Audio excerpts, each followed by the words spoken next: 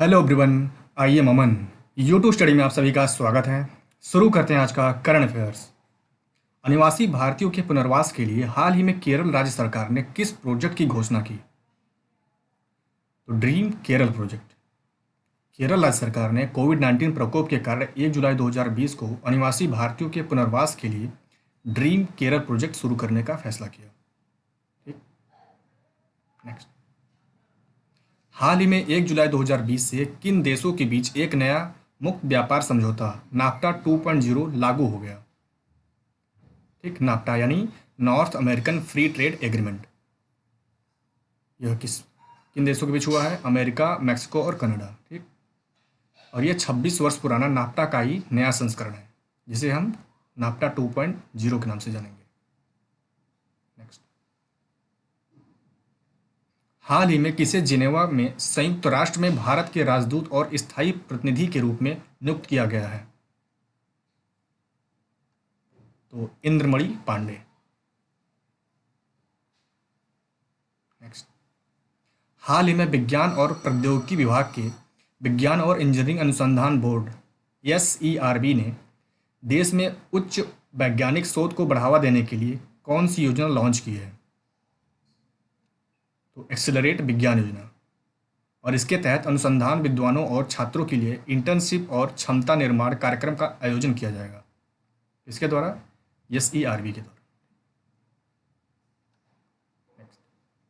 हाल ही में किसने अंतर्राष्ट्रीय क्रिकेट परिषद के अध्यक्ष पद से इस्तीफा दे दिया?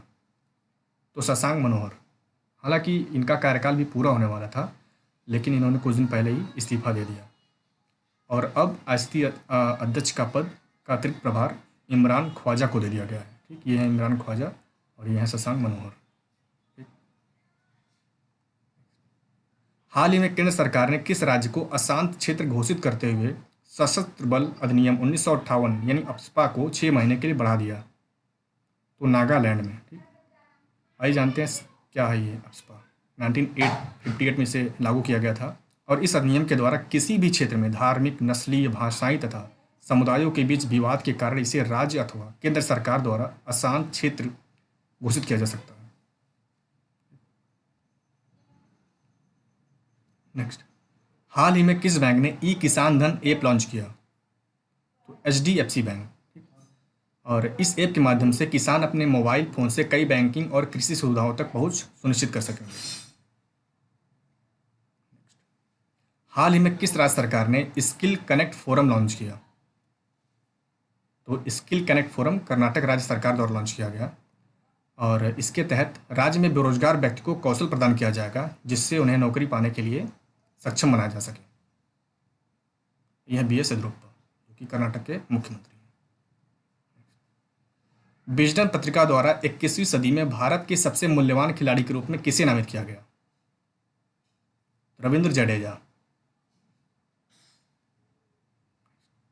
हाल ही में किस राज्य सरकार ने सरकारी विश्वविद्यालयों और कॉलेजों में पुस्तकालयों को जोड़ने के लिए ई लाइब्रेरी या ई ग्रंथालय का उद्घाटन किया? तो उत्तराखंड राज्य सरकार ने। और इस ई लाइब्रेरी में 35 लाख पुस्तकें उपलब्ध होंगी, जिससे 2.5 लाख छात्र इससे जुड़ सकेंगे।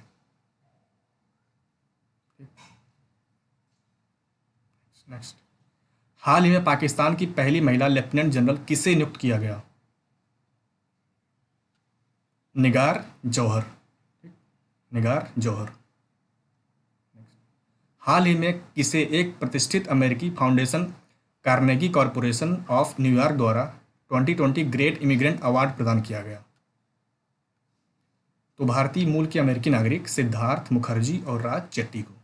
ठीक, इन्होंने कोरोना वायरस के दौरान स्वास्थ्य संकट को कम करने के प्रयास के लिए इन्हें यह अवार्ड दिया गया। साथ ही 36 प्रवासियों को भी यह सम्मान दिया गया था।